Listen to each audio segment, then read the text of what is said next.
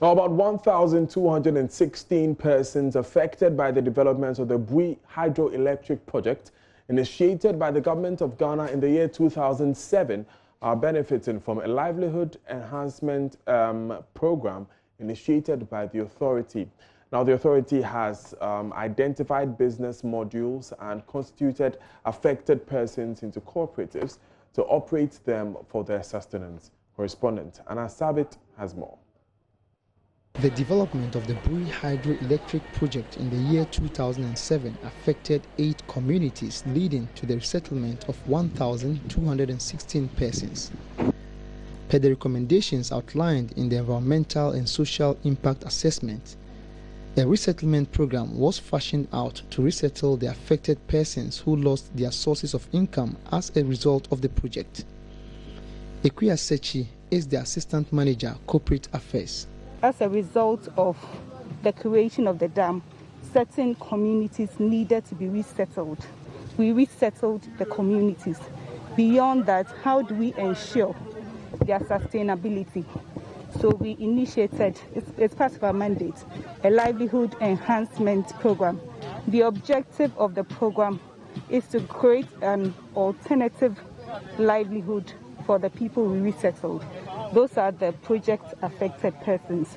And it's mainly so that they will become businesses, not employees, to be able to sustain themselves, to give them financial independence so that they do not depend. We wanted to avoid the dependency syndrome. Aside the efforts by the authority to recruit from the community of project-affected persons, the authority has over the years made every effort to additionally develop business models and constituted the eligible project-affected persons into groups of cooperatives to operate independent businesses. Mr. Salif Wumbila is the Director of the General Services Department of the BPA. Beyond Bui Power Authority, they are at liberty to render those services to communities, to people within their communities, and even beyond. And so these are their companies, it's not our company. What we did was to facilitate the process for them. So as I speak to you now, we have 17 businesses that have been duly registered with the Registered General Department, and the certificates are currently in their possession. We are not even keeping them. Since August 2019, 8 models have been constituted, under which several project-affected persons have benefited from. About 365 persons chose the aquatics fishing model as an alternative livelihood program.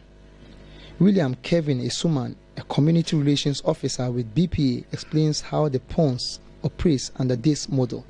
This is a concrete structure with a tarpaulin. Okay, so there's a pump in it that turns the water around to make sure their waste is gathered at the center. Then those tubes you see there draws the waste into the bucket, and there's another pump there that sends the water back into the pump. So the water is recycled to make sure the waste is taken out every morning. Samuel Obin, a member of this group, tells Joy News that this model would help alleviate poverty amongst the people. We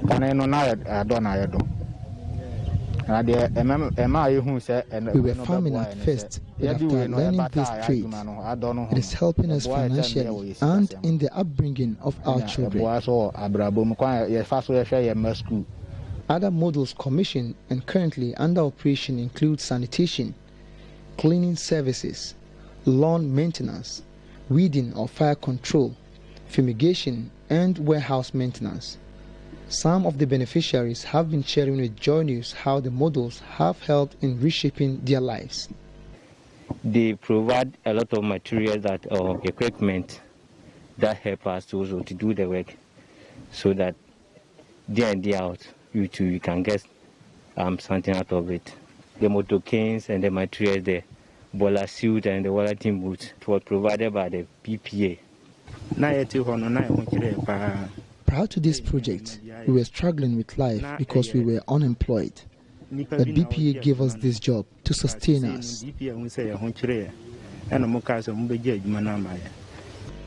Also, young girls in the affected communities interested in learning the fashion trade were sponsored by the authority to learn the trade.